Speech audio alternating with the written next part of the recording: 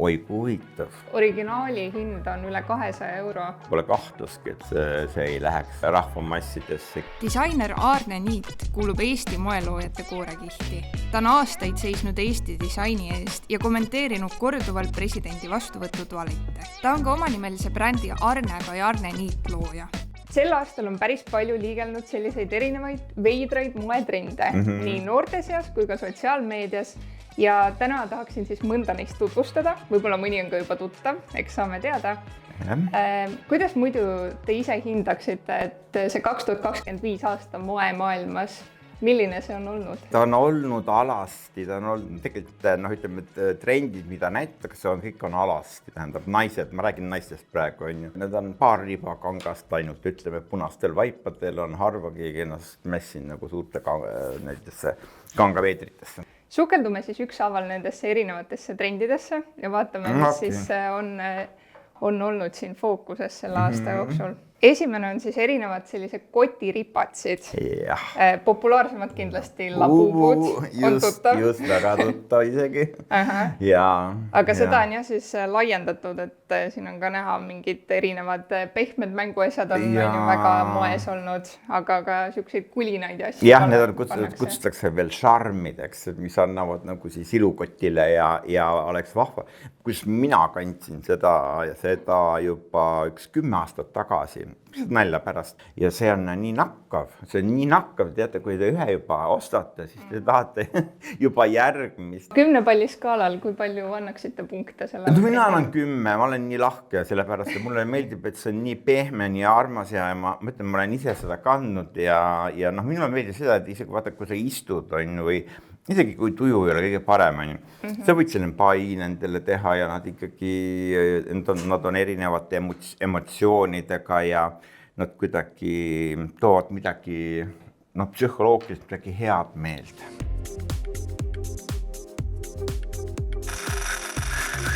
Erinevad sellised alla volditud värvliga teksad.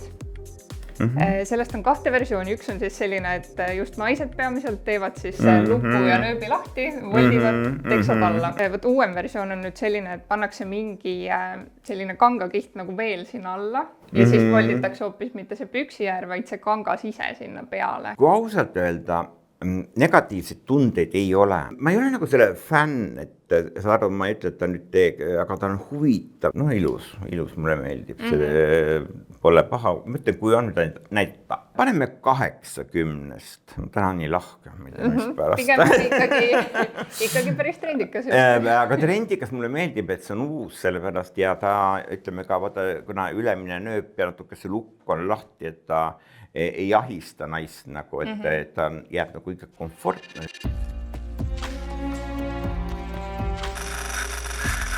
Erinevad sõrmused, mis on justkui nagu käekell või millel on siis juures see kellamehhanism. Muidugi, ma ei saa selle kohta midagi halvasti öelda, sellepärast, et ma ise olen täna ühe sõrmusega niimoodi nukralt, aga ma olen tegelikult suur sõrmust ja ma armastan sõrmuseid ja minu parim päev on see, kui mul on igas sõrmes üks sõrmus. Ta on tore, mulle meeldib, aga kas ta sõrmed kokku ka saab panna võid? Võib-olla raskendatud, et on tihti ka päris sellised kubakad ja suured. Aga mulle meeldib see kõik. Teeme niimoodi, et ta on ikkagi parem, paneme 90-st. Sellepärast, et ta meeldib mulle rohkem kui see püksi värvel.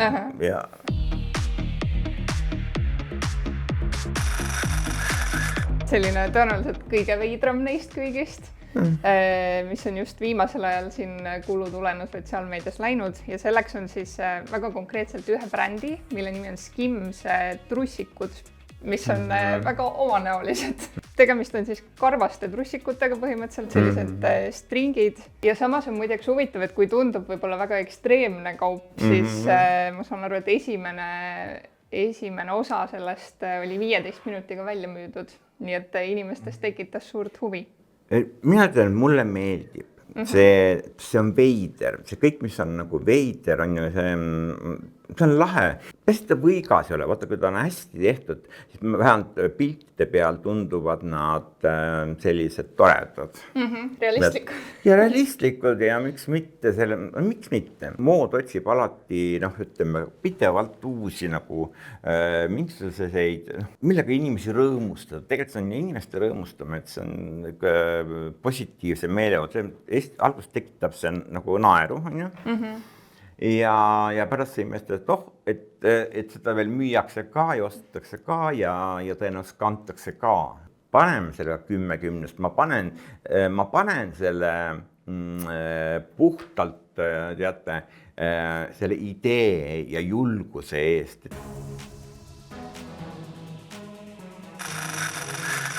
Järgmine on tegelikult suhteliselt selline igapäevane.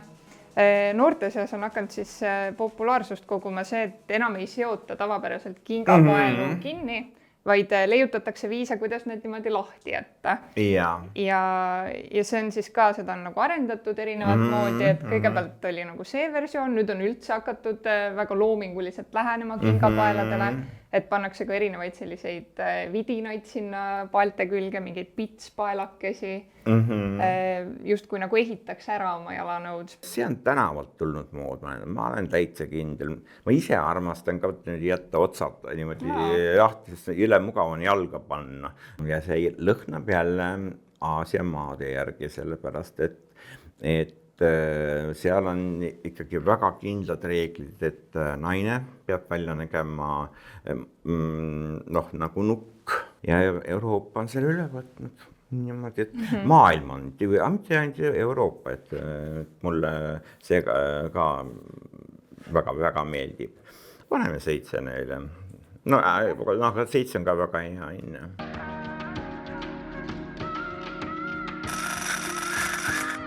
Šokis telefoni hoidja, siis sellega tuli välja Apple.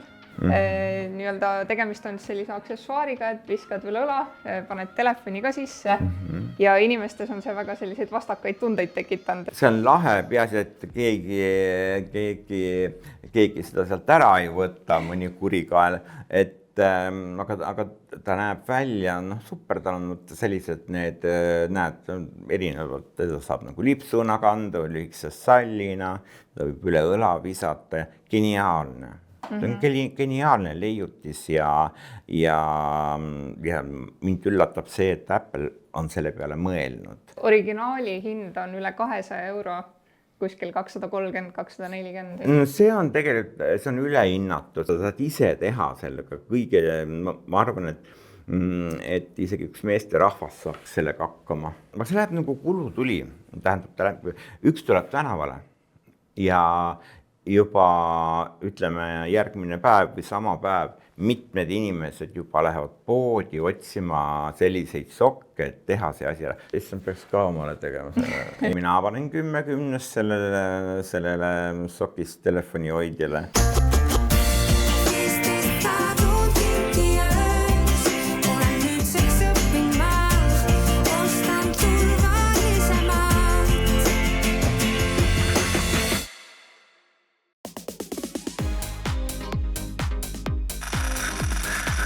Väga sellised erinevad baleriina kingad on tagasi moodi tulnud, aga nad ei ole võib-olla väga sellised standardsed, vaid pigem on selliseid kiiksuga versioone tulnud rohkem. Mul on omal ka olemas, täna ei ole mul jalas, aga mul on niisugused nagu ära lõigatud, nii nagu nad ei ole baleriinad, aga nad on midagi sinnapoole, et Prada firmalt, ja nad on ülimugavad. Kui kõik need samad kingad, mida nad seal nüüd näitavad, on sama mugavad nagu need, mis minul on need Prada omad, siis see on lihtsalt jalgadele, see on lihtsalt õnnistus ja ei ole neid väsinud ja selliseid tähendab paistes jalgadest õhtul.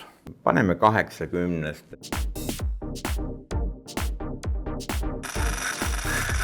Natukene võib-olla ekstreemsem jälle.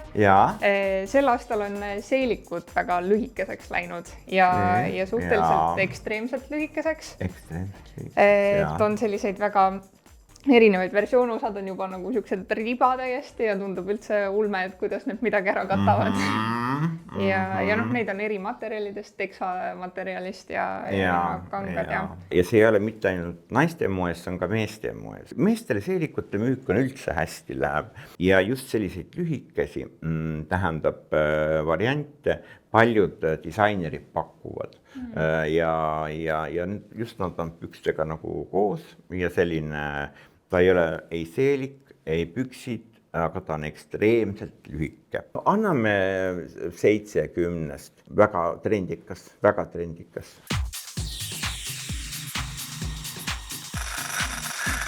Nüüd on rohkem selline noormeeste seas leviv trend. Kutsutakse säginguks ja tegemist on siis sellega, et põhimõtteliselt nii-öelda püksid on poolte ribade peal või kuidas öeldakse, et üha madalamale lähevad need püksid, siin on ka näha üks artist, kes on kandnud nii, et allapoole istumise joont. Ja ma saan aru, et see pidi juba ka tänavapildis päris levinud olema, et kantakse niimoodi, et... Ja kuidagi nad seisid tahtejõu najal üleval, ma ei tea, mismoodi. Iseenesest on mahva see selline idee ja mulle meeldib see, et need püksise ääred alt on sellised laiad ja nad on nagu, siluett, ta on hästi huvitav siluett. Mood otsib pidevalt uusi mingisugust siluette. 90. Päris hästi siis.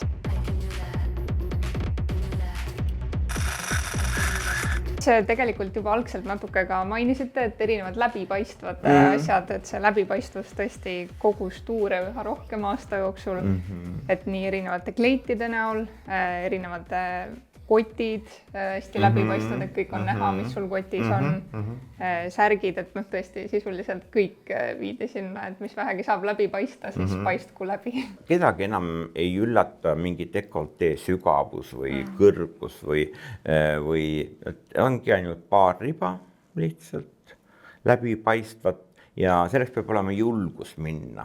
See täiesti selline läbipaistvus, ta ei saa kunagi väga suureks hitiks.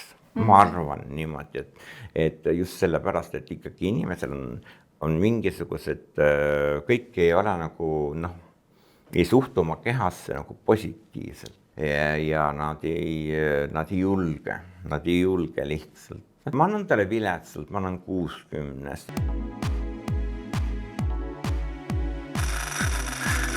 Järgmine on siis selline ka, võib-olla ei tundu esialgu justkui moega seotud, aga inimesed hakkasid seda niimoodi kasutama, ehk siis tegu on punniplaastritega, mis algselt siis pandi endale näo peale, kui tekkis mingi väga suur vistrik, siis sa paned peale ja justkui kaob ära, väidetavalt päris efektiivne.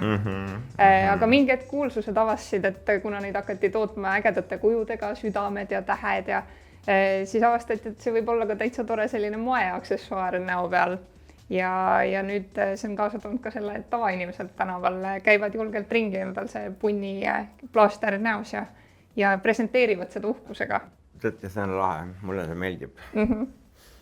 Et paneks isegi? Jaa, paneks isegi. Mina näiteks küll ei kardaks panna mingisugust, võib-olla mitte nii värvilist, aga midagi talvel tõmbame kootut mütsi pähe ja paned mingi sellise tähekese või paar niimoodi omale niimoodi, miks mitte. Kui sa nüüd ütleme sellist staarid nagu Justin Bieber siin reklaamib, et siin pole kahtluski, et see ei läheks üldse rahvamassidesse kindlasti. Vahva sellele ma panen 90. 90, jah.